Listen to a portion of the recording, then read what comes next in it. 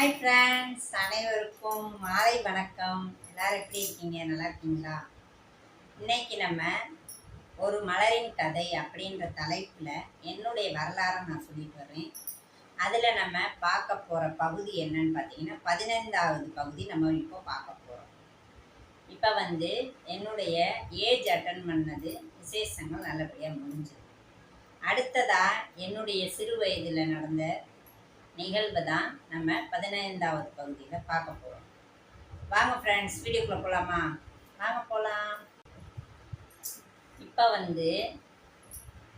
முடிச்சுட்டு நான் ஹாஸ்டல் போயிட்டு அதுக்கப்புறமா முழு பரீட்சை லீவில் வீட்டுக்கு வர்றேன் அப்படின்னா அக்கா வேலைக்கு போயிடுவாங்க, அப்பா வேலைக்கு போயிடுவாங்க, அம்மா சத்துணவுல ஆயாவாக வேலை பார்க்குறாங்க, தங்கச்சியே ஸ்கூலுக்கு போயிடுவாங்க. இப்போது தனியாக இருக்கேன்னு சொல்லிட்டு எங்கள் அம்மா கூட என்னைய சத்துணவு கூட்டிகிட்டு போயிடுவாங்க. அப்போ டெய்லி கூட்டிகிட்டு போயிட்டு வேலை விட்டுன்னு நான் அம்மாவும் வீட்டுக்கு வந்துடுவோம். இது அந்த பரீட்சை லீவில் எல்லா லீவ்லேயுமே இதுதான் நடக்கும். அப்போ அங்கே உள்ள டீச்சர்ஸ்லாம் என்ன சொன்னாங்க அப்படின்னா, ஒரு வேலைக்கு விடலாம்னாக்கா இப்படி கூட்டிகிட்டு போகிறீங்க அப்படின்னு சொல்லவும், அப்போ எங்கள் அம்மாவுக்கு சரி ஏதாவது ஒரு வேலையில் சேர்த்து விடுவோம். 2 மாதம் லீவு இருக்குது, ஏப்ரல் மே 2 மாதம் லீவு அப்படின்னு சொல்லி எங்கள் அம்மாவும் சரிப்பா எங்கேயாவது கேட்டால் சொல்லுங்கள், நம்ம அனுப்பி விடலாம் அப்படின்னு சொல்லிட்டு என்னைய வேலைக்கு அனுப்பி விடுறாங்க. அப்போ ஏஜ் எனக்கு என்னன்னு பார்த்தீங்கன்னா 13 வயசு. 13 வயசில் தான் நான் ஏஜ் அட்டன் பண்ணேன். அந்த வருஷம் தான் பார்த்தீங்கன்னா மே மாதம் லீவில் ஒரு இடத்துக்கு வேலைக்கு போகிறேன். என்ன வேலை அப்படின்னு பார்த்தீங்கன்னா நகைப்பெட்டி செய்வாங்க. நகைப்பெட்டினா சின்னது, அதாவது மோதிரம் கம்மல் வைக்கிற மாதிரி சின்ன பெட்டி. அப்போல்லாம் அட்டையில் ரெடி பண்ணுவாங்க. இப்போ நம்ம பிளாஸ்டிக்கில் இப்படி ஓப்பன் பண்ணி இப்படி லாக் பண்ணுற மாதிரி இப்போ நம்ம பார்க்குறோம், வாங்குகிறோம். ஆனால் அந்த வருஷத்தில் அந்த டயத்தில் நான் வேலைக்கு போன இடத்துல பார்த்தீங்கன்னா நீளமாக ஒரு அட்டை இருக்கும். அதில் பசையை தடவி அப்படியே 4 தான் அப்படியே சேர்ப்பாங்க. அடியில் ஒன்று கொடுப்பாங்க, அடப்பு அடியில் ஒன்று கொடுத்துருவாங்க. கொடுத்துட்டு அதே மாதிரி மூடியும் அதே மாதிரி ரெடி பண்ணி அதை அப்படி மூடி வைப்பாங்க. இதுதான் வேலை. இதை அங்கே பெரியவங்க எல்லாம் பார்ப்பாங்க. கல்யாணம் ஆனவங்க, அதாவது என்னைய விட பெரிய வயசு உள்ளவங்க வேலை பார்ப்பாங்க. அங்கே சரின்னு சொல்லி அங்கே என்னை வேலைக்கு சேர்த்துட்டாங்க.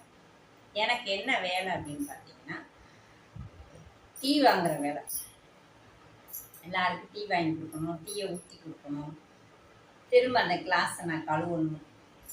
அப்புறம் அந்த ரூமை கூட்ட சொல்லுவாங்க, அந்த ரூமெல்லாம் க்ளீன் பண்ணணும்.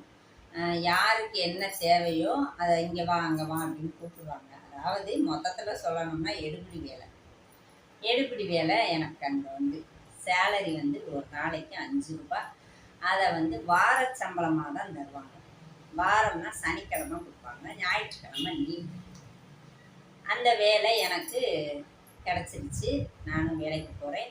எங்கேருந்து எவ்வளோ தூரம் அப்படின்னு பார்த்தீங்கன்னா, எங்கள் வீடு இருக்கிறது வடக்கு மாசி வீதி. அந்த வேலை இருக்கிற கம்பெனி எங்கன்னு பார்த்தீங்கன்னா தெற்கு மாசி வீதியில் இருக்குது.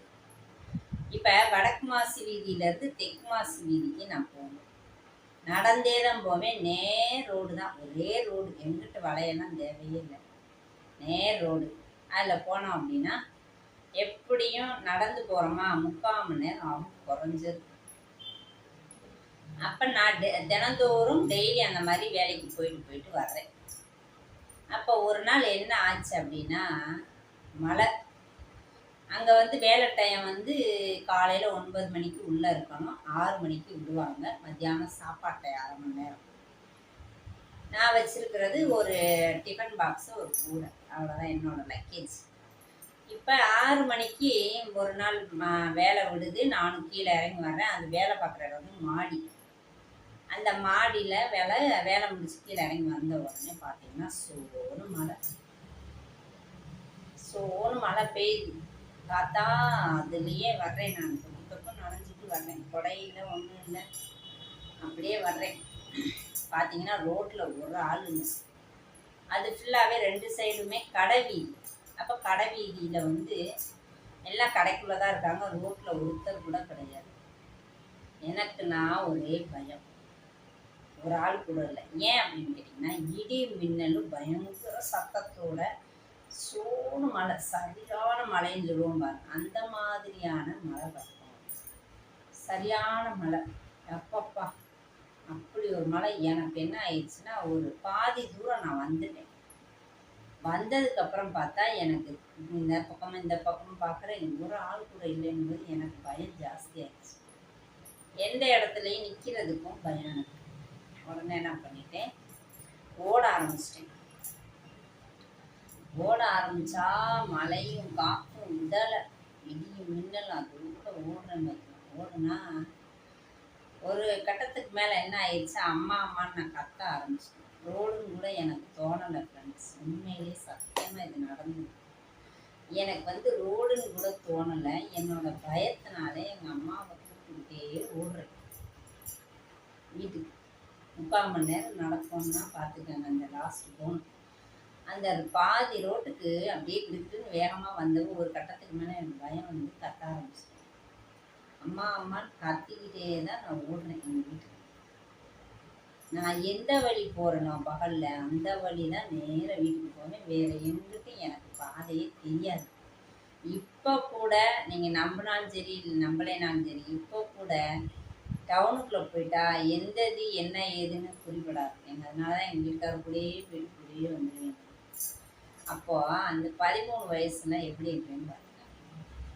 டவுனுக்குள்ளே எனக்கு வழி தெரியாது. எங்கிட்ட போயிடும்னு சொல்லிட்டு எனக்கு காமிச்சாங்க பாருங்கள், அதே வழியிலே போகிறேன். அப்போ இந்த சத்தம், அலறல், பயம் இதோட நான் திருத்துன்னு கத்திக்கிட்டு ஓடுறேன் எங்கள் அம்மாவை. அம்மா அம்மான்னு கத்திக்கிட்டு ஓடுறேன். ஓடிட்டு இருக்கையில் அவனுக்குள்ளே பார்த்தீங்கன்னா ஒரு இடம், ஒரு வீடு மாதிரி இருக்கும். அதுக்குள்ளே போய், ஒரு வீடு கிடையாது, காம்பவுண்டு மாதிரி. அதுக்குள்ளே போய் போனோம்னா எங்கள் வீட்டு பக்கம் அந்த பாதையில் எனக்கு காமிச்சிருக்காங்க. அந்த இடம் வந்து எப்பயுமே இருட்டாக இருக்கும். இருட்டாக இருக்கிறது என்ன ஆச்சு பார்த்தா, டக்குன்னு கரண்ட் போயிடுச்சு. அந்த இடத்துக்கிட்ட போகும்போது கரண்டும் போயிடுச்சு. அப்போ என்னாச்சு, அப்படி திக்குன்னு பயந்துட்டேன். பயந்து என்னால் அங்கிட்டு போகிறதா இல்லை இப்படியே இங்கிட்டே ஓடிடுறதா அப்படின்றது கூட எனக்கு புரிப்படலை. இப்படியே வீட்டுக்கு ஓடுறதா, அந்த இடத்த தாண்டணும் நான். அந்த இடம் இருட்டாக இருக்குது, கரண்ட் கிடையாது. ஆல்ரெடி இருட்டாக இருக்கும். அப்போ கரண்ட் வேற போச்சா, அந்த இடத்த ஒரு 10 நிமிஷம் நடந்தா அந்த இடத்த நான் தாண்டணும். என்னால் பின்னாடியும் போக முடியல, முன்னாடியும் போக முடியல. பயத்தில் அப்படியே நிற்கிறேன், உறைஞ்சி போய். அப்புறம் என்ன ஆச்சுன்னு பார்த்தீங்கன்னா, கரண்ட் வந்துடுச்சு. வந்த உடனே அங்கனே நின்றுக்கிட்டு இருந்தவ, கரண்ட் வந்த உடனே தான் அந்த இடத்தையே கடந்து திரும்பின உடனே எங்கள் வீடு வந்துடும்.